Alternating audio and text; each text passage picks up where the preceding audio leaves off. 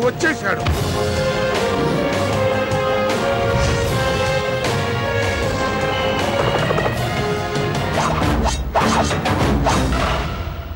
ఇది ఈరోజు మనం మాట్లాడుతున్నాం కదండి, చాలా చాలా చక్కగా చెప్పారు. ఎన్టీ రామారావు గారి స్టైల్ కనిపించిందండి వారు చెప్తుంటే మీకు?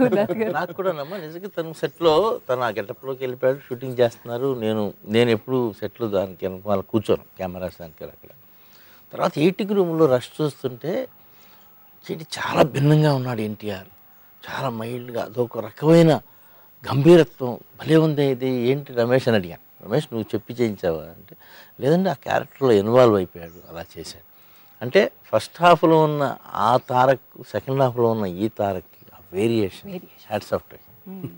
ఏ టైప్ తెలుగు కావాలి? తెలుగులో రకాలు ఉన్నాయా? అబో చాలా ఉన్నాయి. నెల్లూరు యాస కావాలా, గోదావరి ప్రాస కావాలా, రాయలసీమ మాసు కావాలా, కృష్ణా క్లాసు కావాలా, గుంటూరు హోరు కావాలా, ఓరుగల్లు జోరు కావాలా, తూర్పు సైడ్ మాట కావాలా, నైజాం ఘాటు కావాలా? Choice is yours. మీ ఓడి మామూలుడు కదా, సకల కళా వల్లభన్. రమేష్ గారు, మీరు కథ అనుకున్నప్పుడు, ఇలాంటి 2 పాత్రల్ని క్రియేట్ చేసినప్పుడు, ఇలాంటి దిగ్గజాలని ఆ కథ క్రియేట్ చేసుకోవడం అయితే వీళ్ళిద్దరిని ఒప్పించడం కూడా అంత కష్టమైన విషయం కదండి. ఎలా ఒప్పించారు అని అడిగితే వీరు తమాషా ఆన్సర్ చెప్తారు.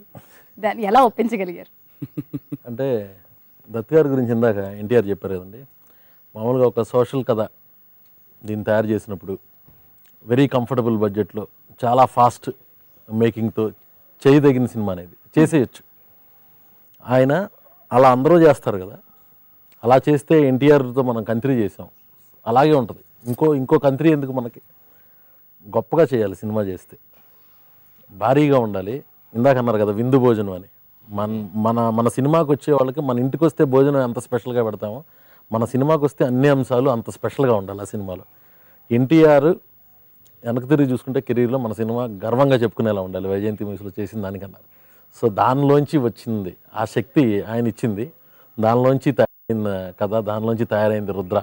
అది క్యారీ చేసే నటుడు కూడా కావాలి కదండి.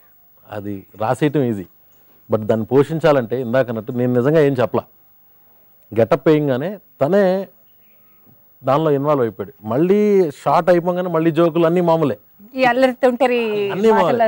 వన్స్ స్టార్ట్ కెమెరా అనగానే తనలో వేరే ఎవరో వచ్చినట్టు ఉంటుంది అనమాట, పూన్నట్టుగా ఉంటాడు. నాకు రమేష్ ఈ క్యారెక్టరైజేషన్ చెప్పగానే నాకు వెంటనే గుర్తుకొచ్చింది మా స్టూడెంట్ నెంబర్ 1. స్టూడెంట్ నెంబర్ 1లో ఒక సాంగ్లో తనకు ఫోక్లర్ గెటప్ వేసాం.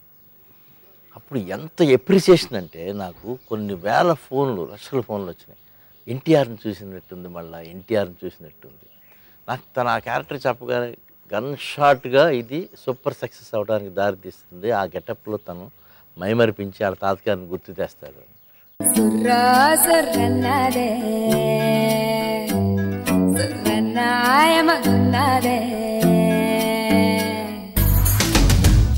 రావా సక్కని రసగుల్లా ఎంత పనైందే నీ వల్ల, నాడో కస్సున దిగినవి తీపి ముల్లా, ఏం తిని పెరిగేవే పిల్ల, నిన్నే సూతా నిలువెల్ల, ఇలా ఇల్లాడనే ఎల్లా కిల్లా.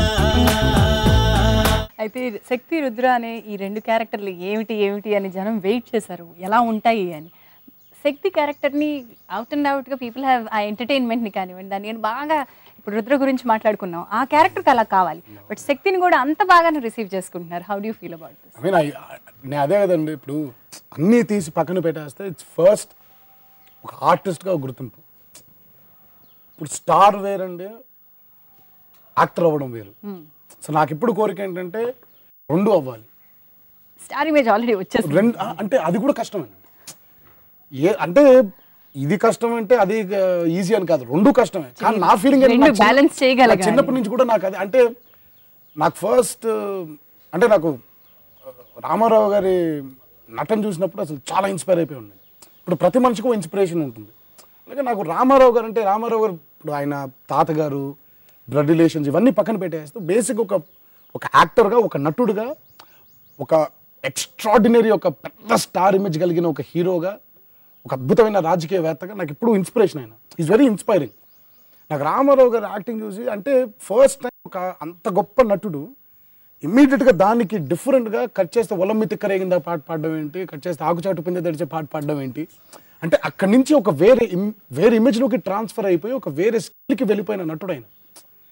అది ఎలా కుదిరింది, ఎలా సాధ్యమైంది, మనకు సాధ్యం అవ్వదా, అదే ట్రై చేయాలి, అలాగే ఉండాలి. ఒక స్టార్లో ఇమేజ్ ఉంటూ ఒక నటుడుగా మంచి గుర్తింపు కూడా ఉండాలని కోరికలు. శక్తిలో ఆ రెండిటికి స్కోప్ ఉంది. అది శక్తి అండ్ రుద్ర. ఇన్ఫాక్ట్ నాకు అంటే యమదొంగ నుంచి చూస్తానండి, ట్రాక్లో ఒక ట్రాక్ రికార్డ్ చూసుకుంటా ఉంటే యమదొంగ కావచ్చు, కంత్రి కావచ్చు, అదుర్స్ కావచ్చు, బృందావనం కావచ్చు, ఈరోజు శక్తి కావచ్చు, ప్రతిదీ కూడా ఒక జాబ్ సాటిస్ఫైయింగ్ ఫిల్మ్స్ అంటాం. సరే సినిమా రిజల్ట్ వదిలేయండి, పక్కన పెట్టేయండి, ఇది ఏమైనా పర్లేదు, నాకు సాటిస్ఫాక్షన్ ఉంది ఒక నటుడుగా అని ఒక ఫీల్ ఉంటుంది చూడండి. ఆ జాబ్ సాటిస్ఫాక్షన్ ఇంటికి వస్తే నిజంగా తినే ప్రతి ముద్దలో తీయదనం ఉంటుంది, పడుకున్నప్పుడేమో మంచి నిద్ర పడుతుంది, లేదురా ఈరోజు బాగా చేసాం, బాగా యాక్ట్ చేసాం, బాగుండింది సీన్ అనే ఫీల్ ఉండింది చూడండి. Nothing can beat that. ఇప్పుడు మీరు చెప్పినట్టు అన్ని కలగలిపిన ఎమోషన్స్ అన్నిటినీ కలగలిపితే, మీ ఎఫర్ట్స్ అన్నిటినీ కలగలిపితే దట్ ఈస్ శక్తి.